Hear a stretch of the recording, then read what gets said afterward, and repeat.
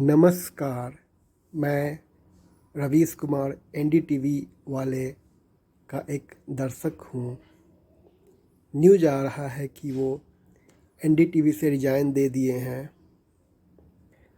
सुन के बुरा लगा। आज मैंने उनका जो एक प्राइम टाइम है जिसमें उन्होंने अपनी पूरी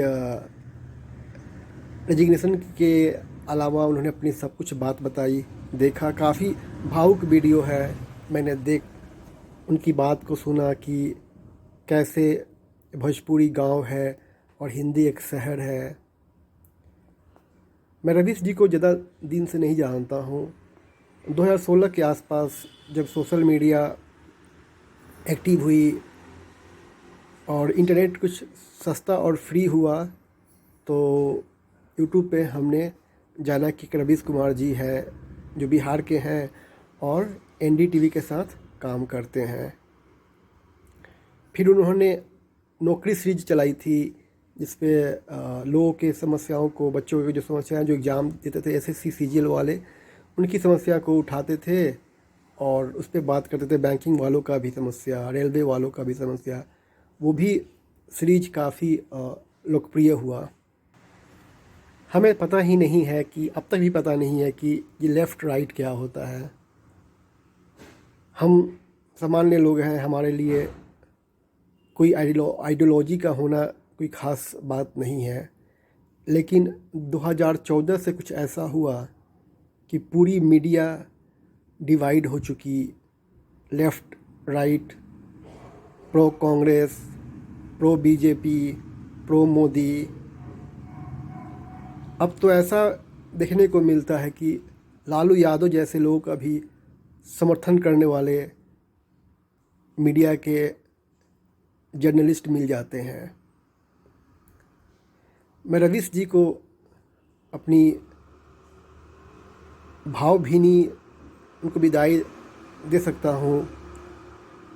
बात 2021 की है जब मेरे गांव में लोग कोरोना से मरे थे, तो उस समय मैंने उनको मैसेज किया था व्हाट्सएप पे।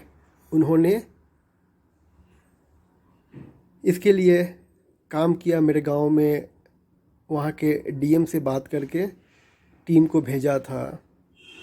एक दिन मैं ऐसे ही रवीश सर से कहा कि सर आज मेरा मैसेज का रिप्लाई नहीं देते हो, क्योंकि मैं अपने डीपी पे हनुमान जी का फ़ोटो डाल के रखा हूँ, तो शायद आप समझते हो कि मैं संघ का आदमी हूँ। तो उन्होंने कहा कि नहीं, ऐसा बात नहीं है, हनुमान जी मेरे भी इष्ट हैं। काफ़ी अच्छे वो बातचीत करते थे। उनकी आवाज़ का जो एक अलग सा अंदाज़ है।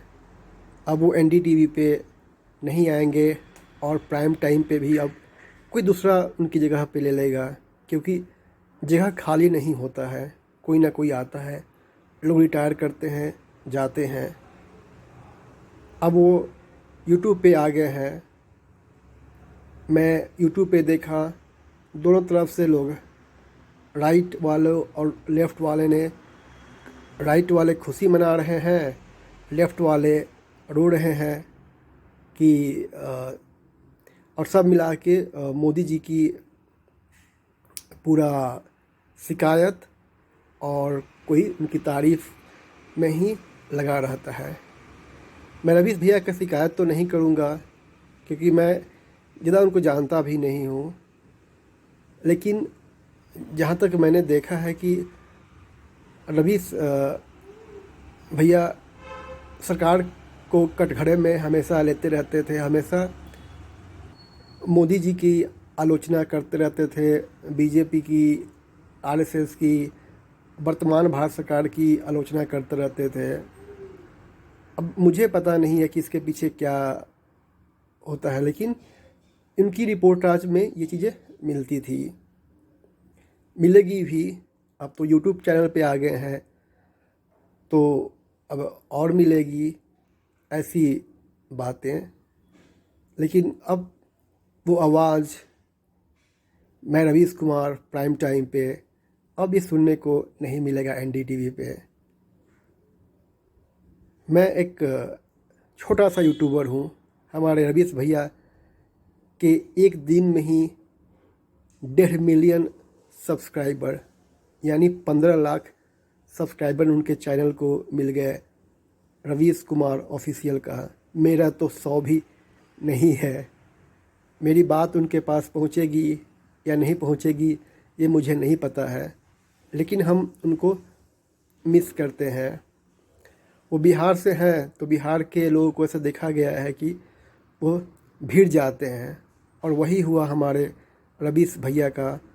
वो सत्ता से भिड़ गए और फिर अडानी ग्रुप ने एनडीटीवी का अधिग्रहण कर लिया, और फिर रवीश भैया अपना पत्रकारिता जो प्राइम टाइम करते थे छोड़कर अब ये यूट्यूब पे आ गए हैं।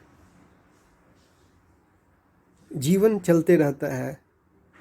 रवीश भैया की जगह पे कोई अब दूसरा आ जाएगा एनडीटीवी में। कुछ एनडीटीवी से लोग चले जाएंगे, किन्हीं के पास नौकरी की मजबूरी होगी, उनके पास ईएमआई होगा तो वो वहाँ रुकेंगे, और जो गट्स वाले लोग हैं जैसे रवीश भैया जैसे लोग वो चल के छोड़ छोड़ के चले जाएंगे। मैं रवीश भैया की